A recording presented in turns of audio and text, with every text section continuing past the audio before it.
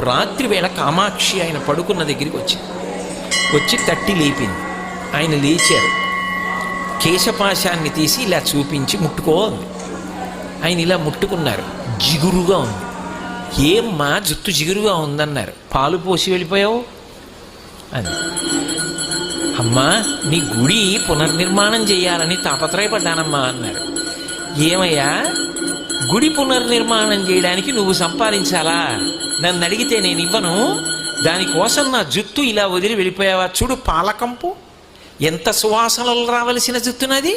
వెనక్కి వచ్చి అభిషేకం చెయ్యండి. రాత్రికి రాత్రి ఆయన బ్రిటిష్ ప్రభుత్వం వారిని అడిగారు తలుపులు తీయమని. తీశారు. వాళ్ళు గౌరవం కొద్ది, వాళ్ళకి ఆ గౌరవం ఉండేది.